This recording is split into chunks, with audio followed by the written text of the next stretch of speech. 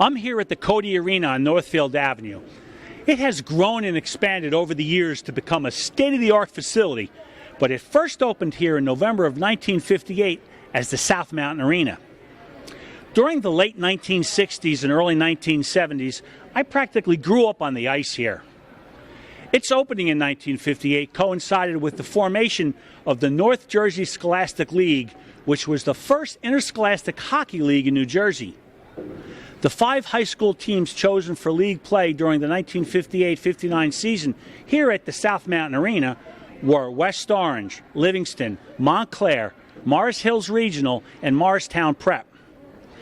The first high school hockey game ever played here was between Morris Hills Regional and West Orange High School on December 15, 1958.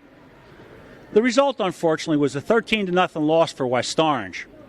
However, there is a long history of ice hockey in West Orange that predates the first high school hockey game played here in 1958 by 60 years. I'm here at this small town-owned lake across from the bowling alley on Eagle Rock Avenue. Several years ago, I was walking here when a young boy stopped me. He asked me, "What's the name of this lake?" I proudly told him Crystal Lake was the name, but it also occurred to me that this place has now faded so far from memory that it could easily become the most forgotten chapter in West Orange history. But it has a history dating back to the early 1900s to the 1940s, when it was a thriving amusement park with boating, picnicking, amusement rides, including an old-time carousel. I will go into more detail about its forgotten history on a future show.